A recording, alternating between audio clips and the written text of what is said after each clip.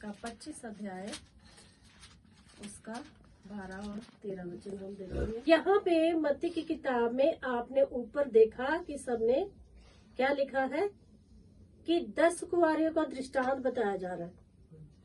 और आपने और हमने ये वचन बहुत बार पढ़ा है और सुना है कि 10 कुंवारियों के बारे में बताया गया कि वो प्रभु यीशु के इंतजार में वेट कर रही थी, यानी कि कलीसिया इंतजार कर रही थी और दूल्हा जो है यीशु मसीह को बोला गया है, दर्शाया गया है।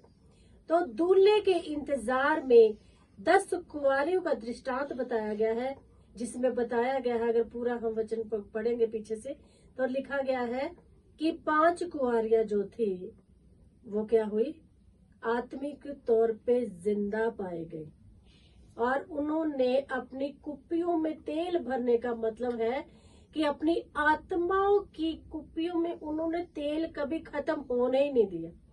Hallelujah hallelujah. और जो 5 थी वो 5 जो है उनको क्या बताया गया, सुस्त, लेजी, आनाकानी करने वाले।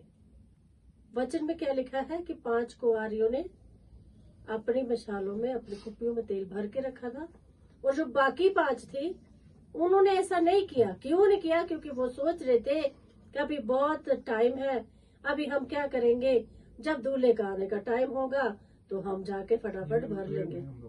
हम ऐसा करेंगे कि दूल्हा द्वार पे आएगा, इतने में हम तेल भर लेंगे।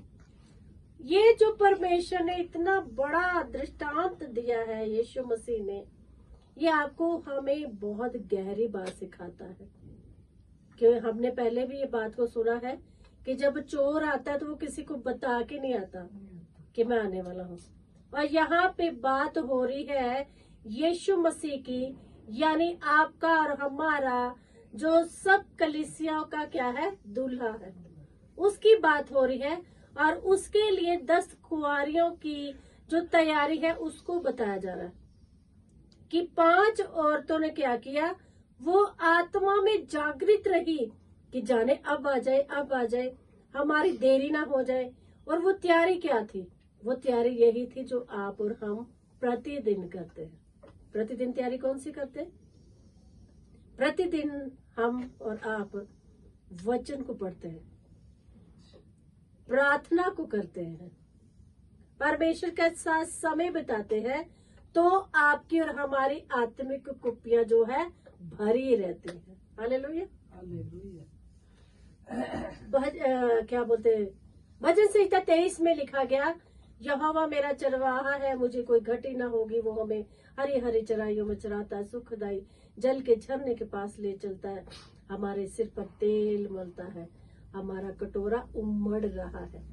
अगर आपका और हमारा जो आत्मिक तेल है वो उमड़ रहा होगा तो किसी को आपके जीवन में, किसी आपका प्रभाव किसी के जीवन में आप देख सकते हो। अगर आपका कटोरा उमड़ रहा, यानी कि एक गिलास भरा हुआ है, जब हम उसे पूरा पानी से भर देते हैं तो आप उसको उठाओगे, वो उछल उछल के गिरेगा, है ना। और जो अधूरा होगा वो क्या करेगा, वो छलकेगा, है ना। और क्या कहता है परमेश्वर, कहता है कि वो जो 5 कुंवारियां थी जिन्होंने दूल्हे का इंतजार तो किया, ऐसा नहीं था कि वो वहां नहीं थी।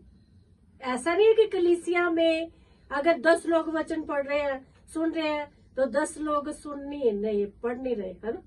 सारी कलीसिया इकट्ठी होती है, लेकिन क्या होता है, सुनने के कान और आत्मिक का तौर पे अलर्ट बहुत सारे होते हैं और बहुत सारे नहीं होते।